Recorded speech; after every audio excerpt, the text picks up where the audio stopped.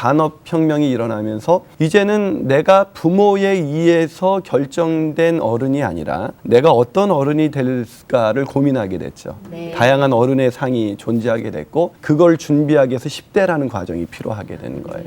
그 산업사회가 정보화 사회로 넘어오면서 또한 창조화 사회로 바뀌면서 직업에 대한 그런 다양한 군이 생기게 되었고 그거를 갖추기 위해서 필요한 것들도 많아졌어요.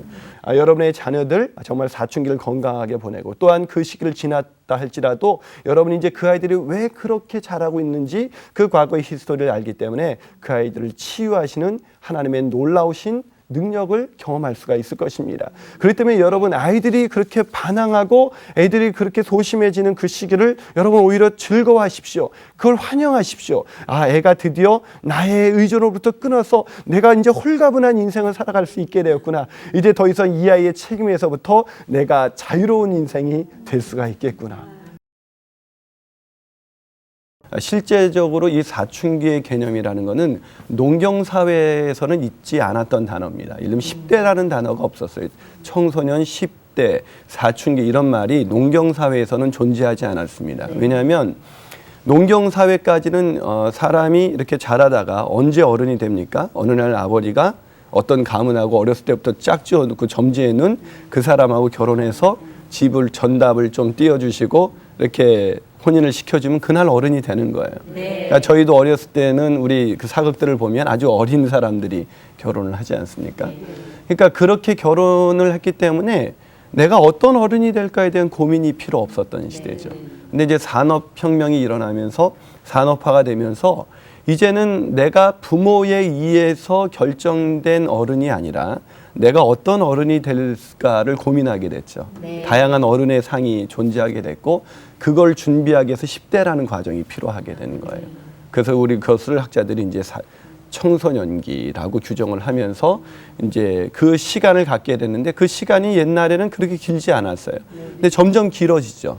그 산업사회가 정보화 사회로 넘어오면서 또한 창조화 사회로 바뀌면서 직업에 대한 그런 다양한 군이 생기게 되었고 그거를 갖추기 위해서 필요한 것들도 많아졌어요.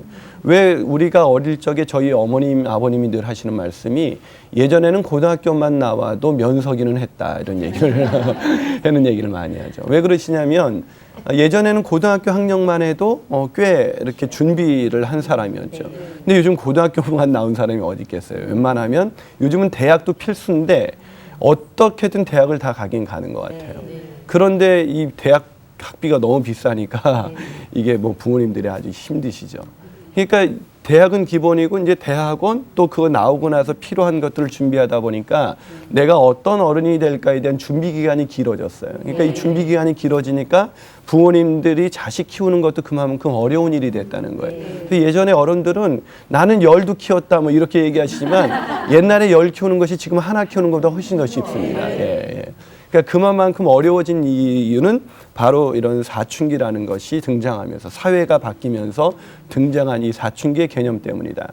그 조시 맥도웰이라는 분이 지은 책 중에 청소년 상담 핸드북이라는 책이 있어요. 거기에 보면은 청소년과 관련된 미국 연구조사 통계 자료가 있습니다. 거기에 보면 어머니가 된, 즉 미혼모죠. 그 아이가 1000명 매일 1000명씩 늘어난대요. 임신중절을 하는 수술하는 소녀들이 1106명, 성적인 병에 감염되는 청소년들이 4219명, 마약을 시작하는 아이들이 500명, 술을 마시기 시작하는 아이들이 1000명, 총이나 다른 무기를 지니고 학교에 등교하는 아이들이 13만 5천 명.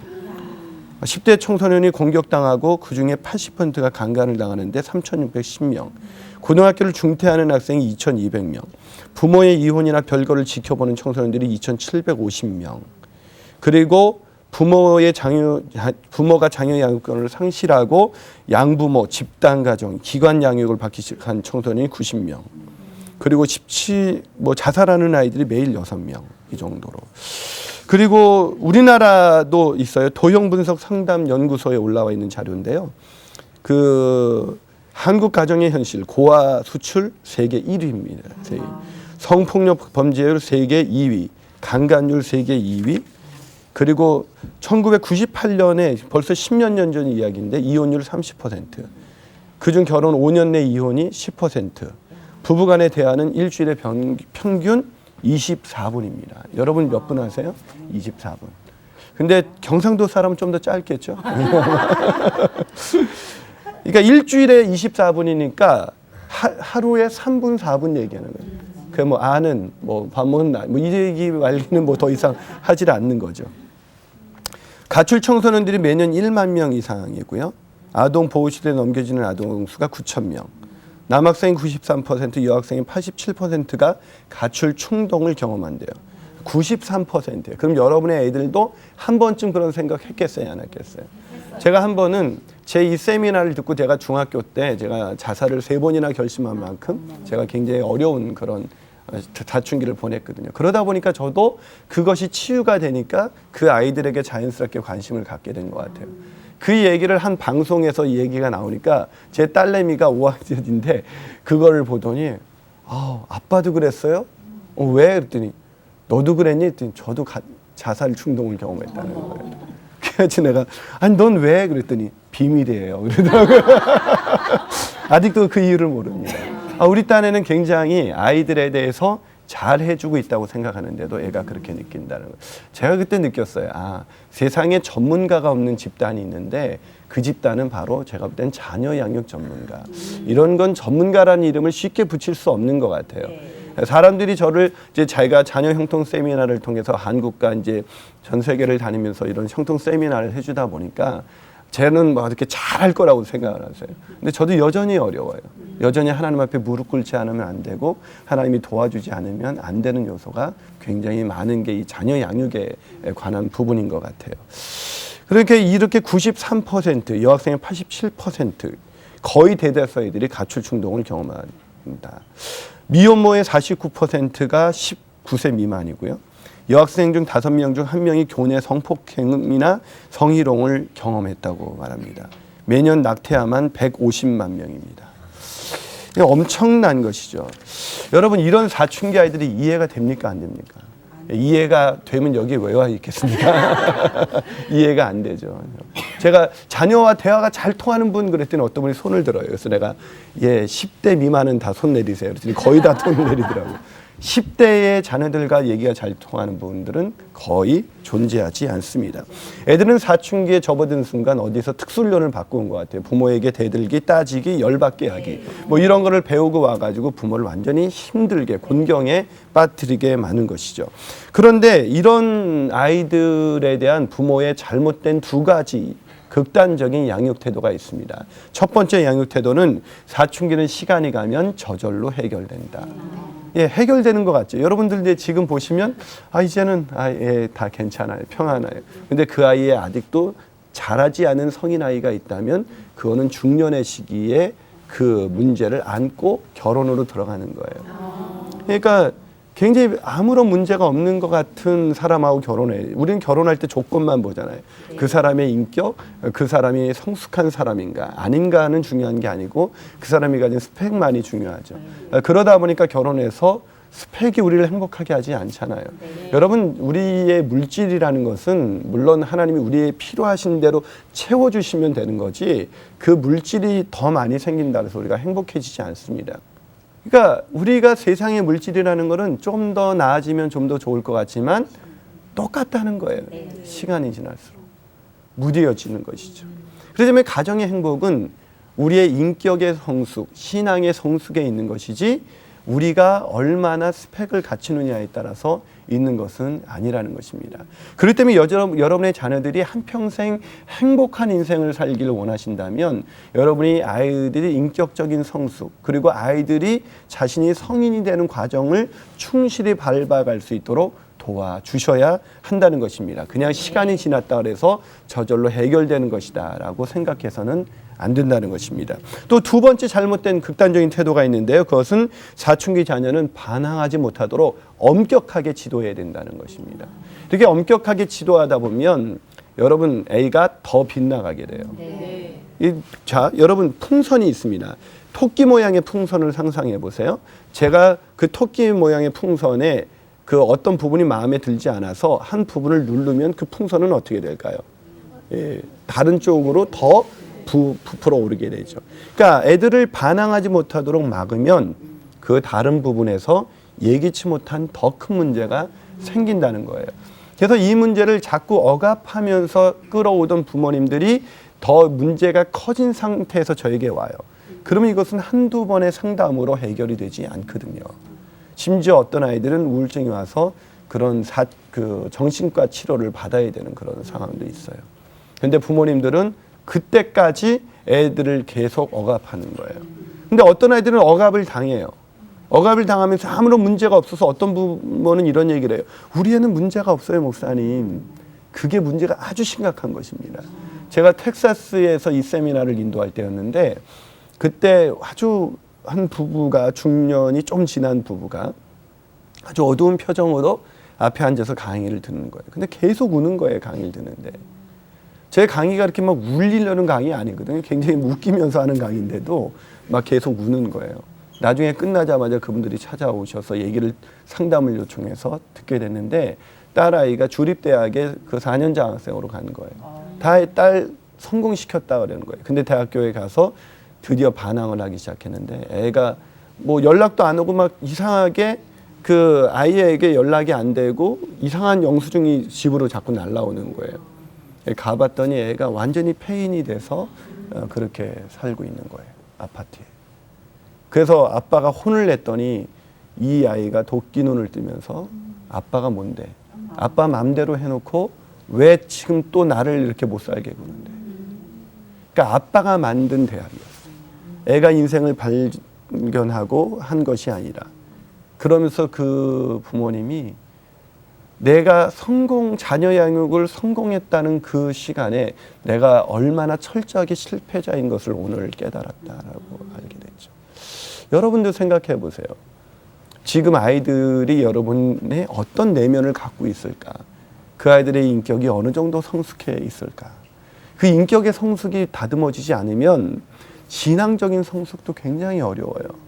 그런 분들이 교회에 가서 얼마나 많은 어려움을 주고 끼치고 있는지 모릅니다.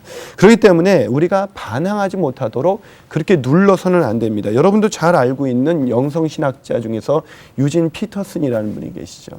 저도 이분의 책을 좋아하는데 이분이 10대에 관한 책도 썼어요. 무슨 책이냐면 거북한 10대, 거룩한 10대라는, 이 거북한 10대가 사실은 거룩한 10대다라는 얘기예요. 근데 그 책에 보면 C.S. 루이스가 근심에 빠져 있는 어느 부모에게 이런 편지를 쓴 적이 있다고 합니다. 산에서 10마일쯤 떨어져 있을 때만 그 산이 푸르게 보이는 것처럼 가정도 그 사정을 잘 모를 때만 평범해 보이는 것 같습니다.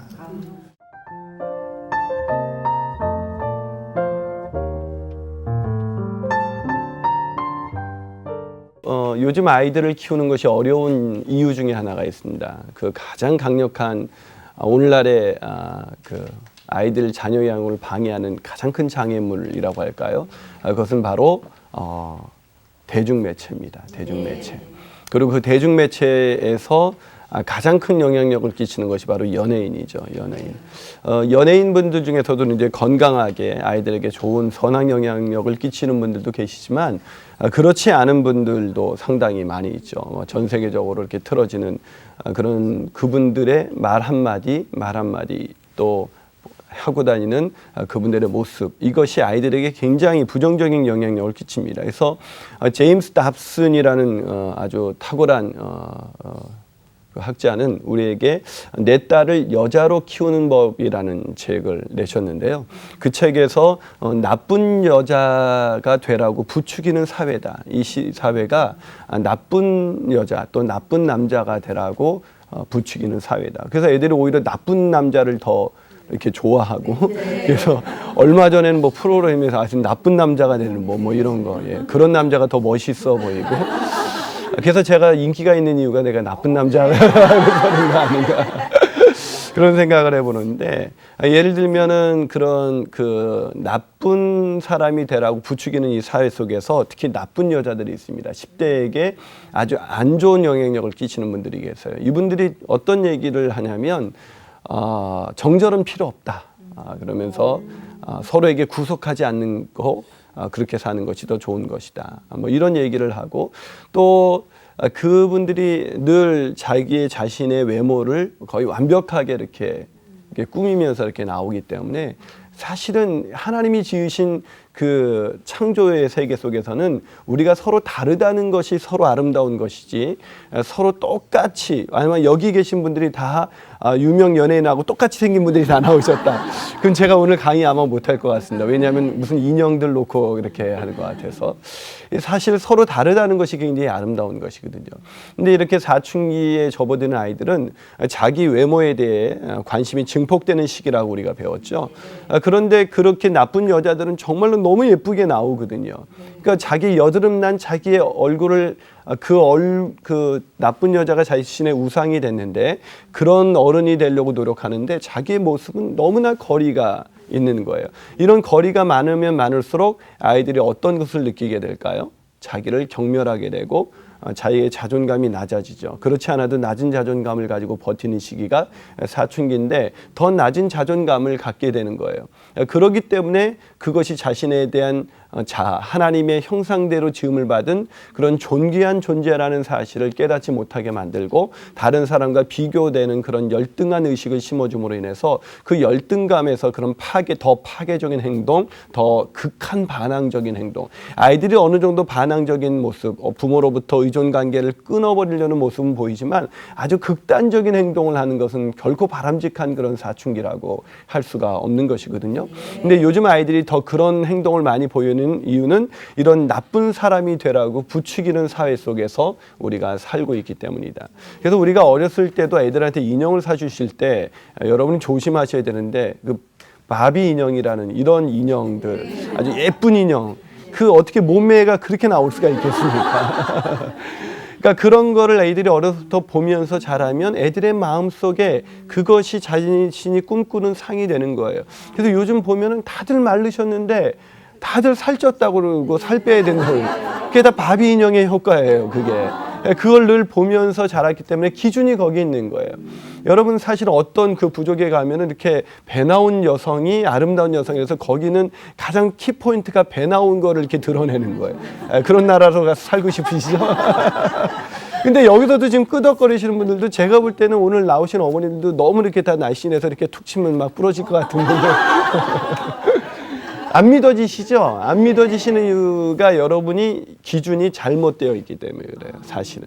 그래서 굉장히 정말로 그 건강검진 가셔서 이거는 극악한 비만입니다, 이러기 전까지 그냥 좀 조심하셔야 되겠네. 뭐 이제 이 정도 했는데도 그런 사람들도 그냥 더 체중만 늘리시면 않으면 됩니다. 관리만 잘하세요. 그런데도 막 그것 때문에 스트레스 받고 뭐 이러는 이유가 뭐냐면, 이 사회에서 매체가 가져다준 또 하나의 그런 가치관, 그 기준이 있단 말이죠.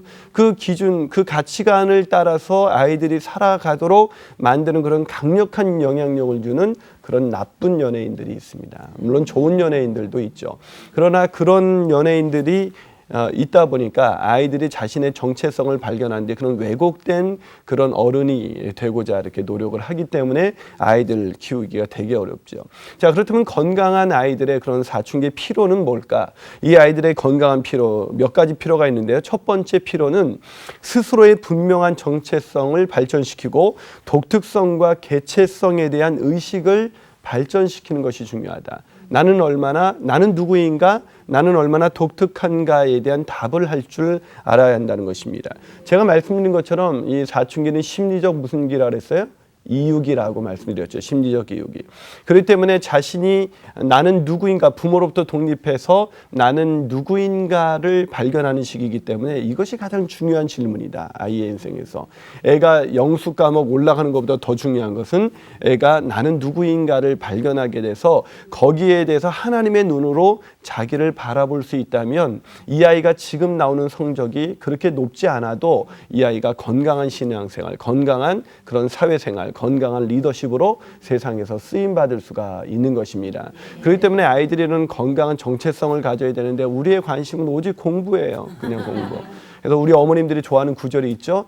데살로니가서에서 나오는 항상 공부해라, 쉬지 말고 공부해라, 범사에 공부해라, 이는 너희를 향한 엄마의 뜻이니라, 뭐 이러면서 계속 공부를 이렇게 강조하죠. 근데 사실은 공부를 잘하는 것보다 더 중요한 거는 아이들이 나는 누구인가에 대한 건강 건강한 대답을 갖는 거예요. 이 대답을 갖지 못하면 흔한 말로 스카이 대학 나와서 아주 좋은 직장 가져서 가정 생활을 하는데 그 가정의 안을 들여다보면 아주 비참한 그런 가정의 모습으로 전락해 있는 것들을, 그걸 우리가 얼마나 많이 봅니까? 우리나라가 저희 어릴 적에 비유하면 얼마나 잘 살게 되었어요. 그럼에도 불구하고 우리의 가정이 더 많이 깨어지고 이혼율이 더 높아지는 것은 못 배웠기 때문이 아니라, 스카이 대학 안 나왔기 때문이 아니라, 이런 자신의 분명한 정체성을 발전시키는 이 시기를 잘못 보냈기 때문이라는 것입니다. 부모를 의존하는 태도로부터 점진적으로 독립해야 된다는 거예요. 점진적인 이 단어가 중요해요. 우리는 애가 마음에 안 들면 어떤 얘기예요? 엄마 내 인생은 내 거예요. 그럼 엄마가 뭐라 그러죠? 아, 애가 사춘기가 됐구나. 네가 이제 점진적으로 나로부터 독립하겠다는 표시를 좀 그렇게 과격하게 좀 세게 하는 거구나. 이렇게 생각해야 되는데 엄마들이 어떻게 하죠? 그래, 네 인생이 네 거야? 나가. 꺼져. 너도 필요 없어. 그러면서 그냥 점진적인 독립이 돼야 되는데 아예 그냥 의존 관계를 끊어버리려는 거죠. 나도 너 붙들고 있기 힘들다. 나도 내가 어떻게 너 지금 뒷바라지하고 있는 건데 그냥 나가. 뭐 이런 얘기를 하는데 그런 것도 대단히 잘못된 것이라는 것이죠. 그래서 애들로 하여금 이렇게 점진적인 변화를 느끼게 만들어야 되는데, 우리가 점진적으로 놓으려면요, 그게 한 번에 놓는 건 쉬워요. 그거는 그냥 포기하면 돼요. 근데 점진적으로 놓는 것이 중요한데, 이 부모들이 자녀를 키우면서 아예 너무 꽉 잡고 있거나 아니면 아예 포기해버려요. 방치해버려요. 그것이 건강한 게 아니에요. 점진적으로 연을 놔주는 거예요. 여러분, 제가 이 애들을 키우는 건 연 날리기하고 똑같다 그랬잖아요. 처음에 연을 날리려면 어떻게 해야 돼요? 막 연을 갖고 달려야죠. 내가 잡고 뛰어야 돼요. 근데 바람을 타기 시작하면 어떻게 해야 돼요? 서서히 놔줘야지, 점진적으로 놔줘야지. 확 끈을 풀어버리면 어떻게 할까요? 날아가 버리고 그냥 땅으로 곤두박질을 하게 되는 것이죠. 그렇기 때문에 이 점진적으로 독립할 수 있도록 도와주어야 한다는 것입니다. 자, 그리고 세 번째 필요는 친구들이나 가족이 아닌 가족 외부의 다른 사람과 의미 있는 관계를 발전시키도록 도와줘야 되는, 이게 아이들의 필요예요. 그래서 아까 예수님께서 다른 선생들과 함께 묻기도 하고 듣기도 하는 그런 관계를 발전시켜야 돼요. 그랬을 때 예수님이 키가 자라고 지혜가 자라고 하나님과 사람들 앞에서 사랑스러워져 갔다는 것이죠. 그렇기 때문에 중요한 것은 그렇게 아이들이 그런 부분에서 다른 사람들과 건강한 관계를 발전시킬 수 있도록 해야 되는데, 우리는 그 관계를 끊어버리잖아요. 그 모든 것을 끊어버리고 뭐에 집중해 줬으면 좋겠어요? 공부에 집중해 줬으면 좋겠어요. 그놈의 공부가 우리 한국 사회의 아이들을 다 그냥 짓누르는 거예요. 건강한 사춘기를 떠나지 못하도록 그렇게 만들어버리는 방해꾼이죠. 그렇기 때문에 다른 사람과 좋은 관계를 맺어야 되는데, 저 같은 경우도 제 인생 속에서 이렇게 건강하게 자랄 수 있었던 게, 저희 아버님이 성인 아이였기 때문에 저도 성인 아이로 이렇게 자라날 수밖에 없었습니다. 왜냐하면 성인 아이 부모는 아이에게 건강한 애착 관계가 아니라 조건적인 애착 관계, 비정상적인 애착 관계, 애를 사랑하긴 사랑하지만 비정상적인 애착 관계를 갖기 때문에 그 아이들이 건강하게 그렇게 자랄 수가 없거든요. 그렇기 때문에 성인 아이로 진입합니다. 그래서 저도 결혼할 때 굉장히 걱정을 많이 했어요. 저도 우리 부모님처럼 그렇게 늘 다투는 그런 부부관계를 맺게 되면 어떻게 하는가, 이렇게 굉장히 걱정이 됐는데, 하나님이 그래도 굉장히 귀한 자매를 저에게 보내주셔서 아주 건강한 가정에서 자란 자매였어요. 그래서 사실 결혼할 때 이렇게 제가 좀 심각한 병에 걸려 있었습니다. 왕자병이라고 이렇게.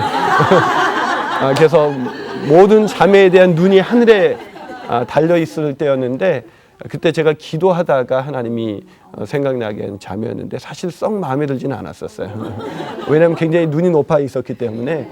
그런데 제가 그 자매를 보려면 그 엄마를 보라 그랬잖아요. 그 어머니가 저희 그 교회에서 일을 하시는데 항상 웃으면서 뒤에서 일을 그렇게 많이 하시는데도 자기를 드러내지 않는 분이셨어요. 그래서 저런 가정의 자매라면 괜찮겠다 싶어서 프로포즈를 했는데, 그게 하나님께서 또 저같이 이렇게 훌륭한 사람이 프로포즈 했으니까 이제 바로 대답이 이렇게 올 줄 알았는데 대답이 안 오더라고요. 그래서 자기는 한 번도 이렇게 생각해 본 적이 없대요. 그래서 무슨 나 같은 사람을 두고 한 번도 생각해 보지 않나. 그래서 정신이 나간 여잔가 보다. 그래가지고 끊어버리려다가 다시 한번 물었습니다. 결혼하지 않겠습니까? 그랬더니 하겠다 그래서 결혼을 했죠. 그런데 결혼을 하고 보니까 정말 건강한 가정에서 자라는 것이 얼마나 중요한가 그것을 느낄 수가 있었던 그런 16년간의 그런 결혼 생활이었습니다. 그래서 제가 31살이 되던 해 결혼을 했는데 그런 결혼 생활을 하면서 정말 한 번도 다퉈본 적이 없어요. 근데 많은 분들이 어떻게 그럴 수가 있냐, 어떻게 다투지 않을 수가 있냐, 뭐 이런 얘기를 하는데 이게 안 다툰 걸 어떻게 해? 싸우지도 않았는데 그건 이상한 거다 막 그렇게 얘기를 하는데 그렇지 않습니다. 저희가 물론 한 번도 모든 게 저절로 맞아 떨어졌다는 걸 의미하지 않아요. 서로가 기질이 다르고 서로 성격도 다르고 그런 것이 있었지만 건강하게 대화의 창구를 열어갈 수 있었다는 것이죠. 그렇기 때문에 그럴 수 있었던 이유는 뭐냐면은 바로 그런 건강한 가정에서 이렇게 자라났기 때문이죠.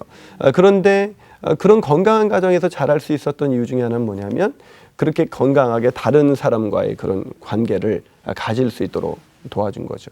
근데 저는 굉장히 성인 아이였는데 어떻게 그렇게 건강한 가정을 이뤄갈 수가 있었을까 생각해 보니까 제가 친구 관계가 원만했어요. 그래서 친구들이 제 주변에 사춘기 때 제가 중학교 3학년 때 예수님을 영접했습니다. 제가 초등학교 때 교회 열심히 다녔었는데요.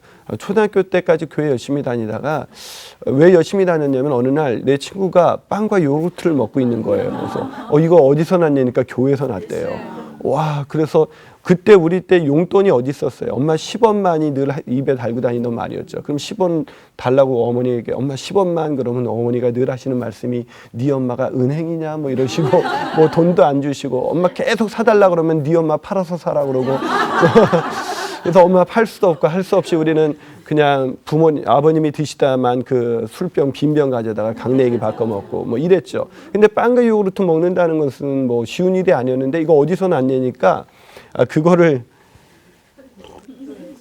교회에서 받았다는 거예요. 와, 그래? 그래서 저도 교회를 다니기 시작했죠. 한 주에 3탕씩 뛰었습니다. 뭐 서부교회, 공덕교회, 동북교회 뭐 이렇게 막 3탕씩 뛰면서 빵과 요구르트를 수거하기 시작했죠. 근데 이 교회라는 데가 빵과 요구르트를 절대 그냥 주는 법이 없어요. 꼭 1시간의 예배를 드려야 되는데 이 예배가 얼마나 지루한지 몰라요. 그래서 막 졸리고 막 그 설교하시는 분은 어디서 그 재미없는 얘기를 매주 모아오시는지 그냥 그분은 우리를 30분간 완전히 재우시는 거예요. 그래서 어느 날 그런데 그거를 오직 빵과 요구르트를 먹기 위해서 견뎠는데 그만 빵과 요구르트를 그날도 받으려고 예배를 1시간의 지루한 예배를 겨우 드리고 딱 갔는데 요구르트가 제 앞에서 끊어진 거예요. 그때 상처는 이루 말할 수가 없습니다. 그래서 교회를 끊어버렸죠.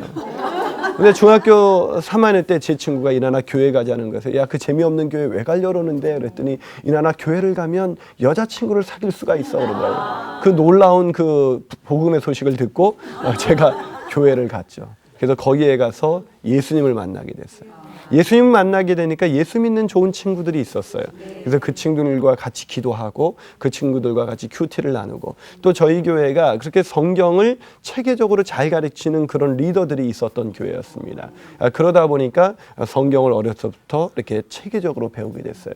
그것이 제가 부모에게 받았던 그런 상처, 그런 모든 아픔들이 그런 기도와 말씀을 통해서 치유되기 시작했고 특별히 그 기도와 말씀을 함께 나누는 큐티 나눔이 있었는데 친구들과 그 큐티를 나누는 그 말씀을 통해서 내 안에 나를 변화시키고 치유시키는 하나님에 대해서 나누다 보니까 제가 많이 바뀌게 된 거예요. 그렇기 때문에 여러분의 자녀들이 교회에서 건강한 그런 믿음의 친구 관계를 가질 수 있다는 건 굉장히 좋은 거예요. 근데 그 친구 관계를 끊어버리고 그냥 공부만 열심히 해서 학원으로 몰아가고 막 그러니까 학원에서 믿지 않는 친구 중에서도 좀 괜찮은 친구 만나면 좋은데 믿음이 좀 좋지 않고 행실이 나쁜 아이들과 이렇게 사귀게 되다 보면 그 친구들과의 관계를 통해서 건강한 관계를 발전시켜야 되는데 오히려 그렇지 못한 그런 관계가 형성되는 것이죠. 그렇기 때문에 아이들의 필요, 건강한 친구들을 만나는 거 좋아하세요. 환영하세요. 오히려 그런 친구들을 만나면 꼭 우리는 좋은 친구 그러면 어떤 친구만 상상해요? 공부 잘하는 친구.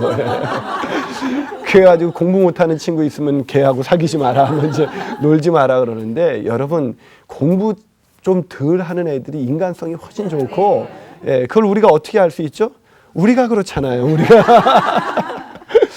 그래서 제가 어디 그 집회 가서 혹시 이 중에서 공부 학생 때 잘했던 사람 손 들어보려고 혹시 전교 1등 했던 사람 손 들어보려니까 어떤 사람이 손을 든 거예요.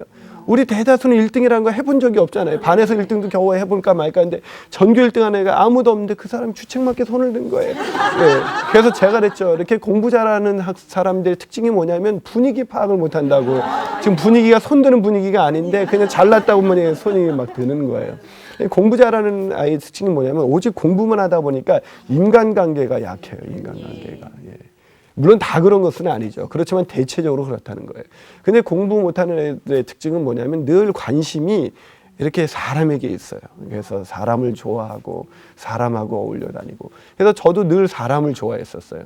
공부를 못했다는 특징이 우회적으로 말하는 것 같은데 저희 누나는 공부를 지나치게 잘했어요. 제가 말씀을 드린 것 같은데 그냥 학교 갔다 오면 책상에 앉아서 일어나질 않아요. 어떻게 인간이 그럴 수가 있어요?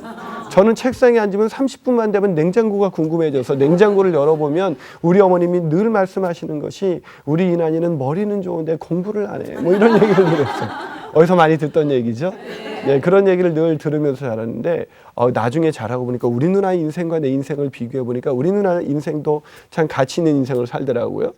그야말로 S대를 낳았거든요. S대 약대를 낳았거든요. 그런데 우리 누나의 삶과 제 삶을 비교해 봤을 때 제가 결코 정말 부끄러운 인생을 살지 않더라고요. 우리 아버님이 저의 인생을 보면서 또 우리 매형이 카이스트에서 27살에 전자공학 박사학위를 받은 분인데 그분이 50대에 정말 명퇴를 하시게 됐어요. 근데 오히려 제 인생을 보니까 쟤는 별로 그럴 거. 왜냐하면 저희 누나하고 제가 6살 차이 나기 때문에 매형하고는 9살 차이 나거든요.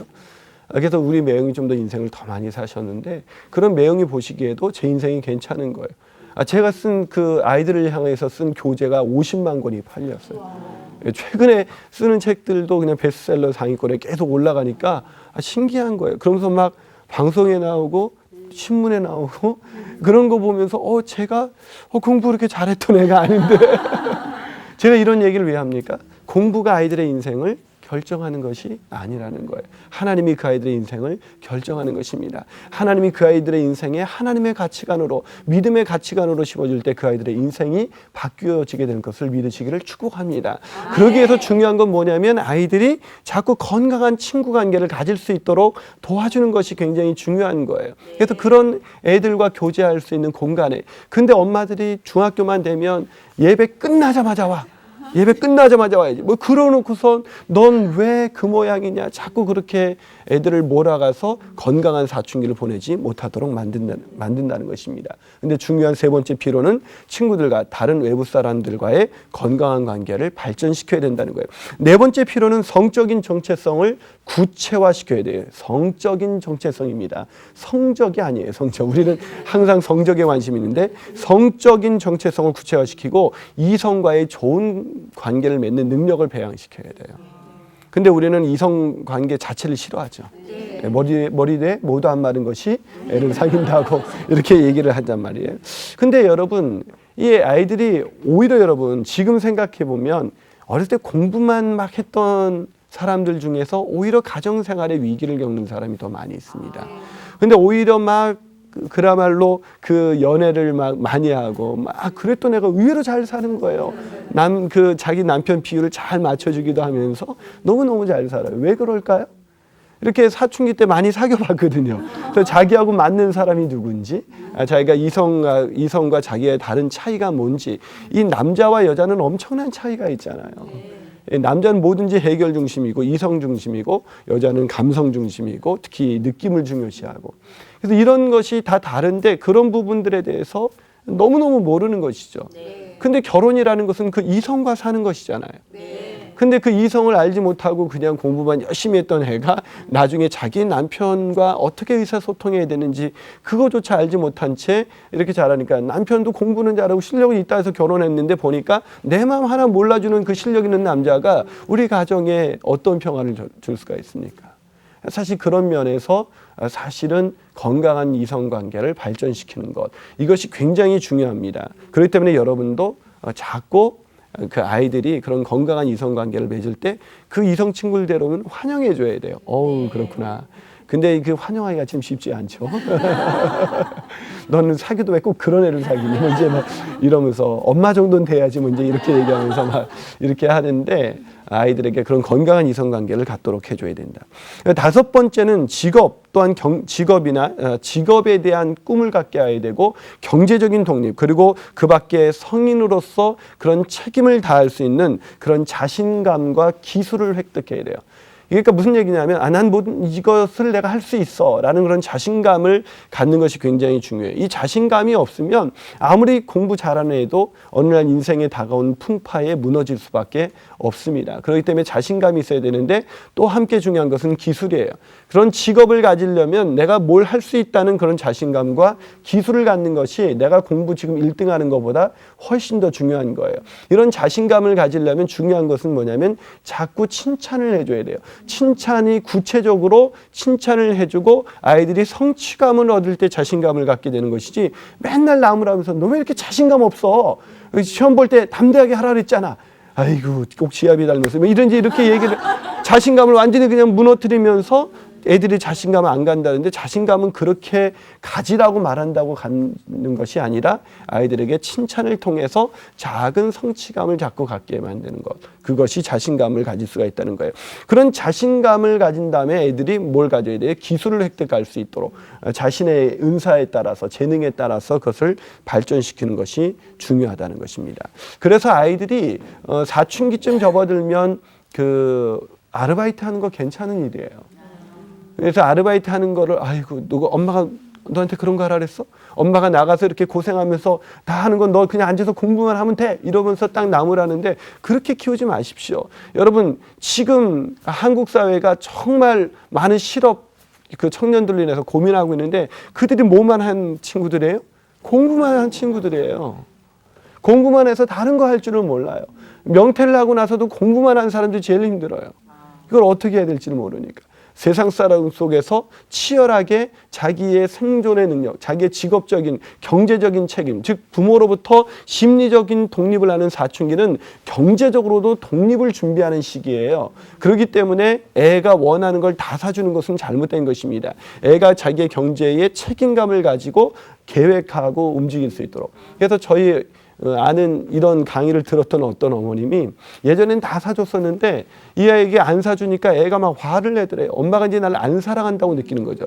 유아기적인 상태에 그대로 있는 거예요. 부모가 완전히 모든 걸 다 책임져 주면 애가 더 건강하게 자랄 것 같죠? 아니요. 이제 심리적 연조를 끊어주면서 조금씩 이제 무조건적으로 다 주던 거를 이제 애가 규모 있게 사용하도록 요구하고 이제 그것이 다 써버리면 그걸 가지고 책임을 지도록 해야 돼요. 근데 어떤 아이가 그렇게 했던 아이에게 이런 경제적인 독립을 심어줘야겠다고 생각하고 이 엄마가 이제 용돈을 주기 시작하고 그 용돈을 애가 다 써버렸는데도 참고 안 주기 시작한 거예요. 그런데 그때 애가 뭐를 날려버렸냐면 휴대폰을 약정한 거를 잃어버렸어요. 그럼 이제 그때부터 고난의 시간이 오잖아요. 그래서 얘가 뭐 즉시 엄마한테 달라 그랬는데 엄마가 그 아이에게 설명을 해줬어요. 그러면서 그 부분을 네가 책임져야 된다고 단호하게 얘기를 했어요.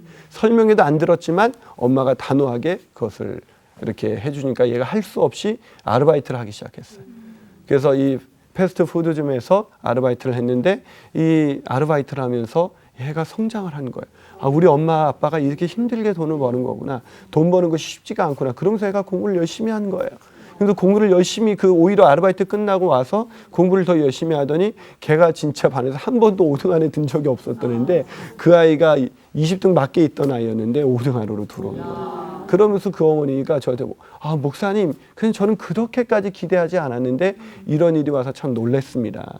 여러분 아이를 키운다는 것이 지금 우리가 그 아이가 5등 안에 들었다 안 들었다 이게 중요한 게 아니에요. 아이한테 그런 경제적인 독립 그리고 그 밖에 성인이 되기 위해서 자신감과 기술을 획득하는 것 이런 것들을 갖게 하는 것이 굉장히 중요하다는 것입니다.